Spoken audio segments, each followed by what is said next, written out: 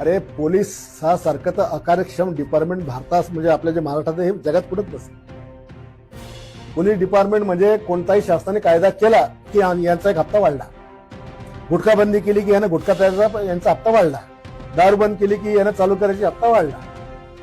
या राज्यातल्या पोलिसांनी देशातल्या पोलिसांनी जर इमानदारीने काम कधी केलं ना तर या जगातली सगळी गंदगी खतम होऊ शकते. यांनी फक्त प्रामाणिकपणे आपलं कर्तव्य सदर क्षणा खलनीकरण आहे एवढं फक्त यांनी चांगलं जर केलं ना तर सगळी गुन्हेगारी खतम होते. ना दारू राहत, ना गांजा राहत, ना चेज राहत. आता तुम्ही एक बातमी नाही पाहिली का टीव्हीवर, एक पोलीसवाला चोरांचा मास्टर निघाला की नाही निघाला. बुलढाण्यामध्ये 2 पोलीस कॉन्स्टेबल असे होते बुलढाण्यामध्ये शहरात सिटीला की त्यांची चोरांसोबत पार्टनरशिप होती.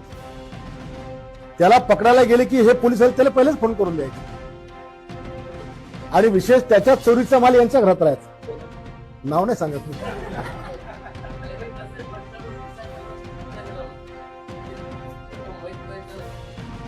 यांनी कधी एखाद्या ठिकाणी रेड केली 50 लाख कधी पकडले हे 50,000 दाखवतात.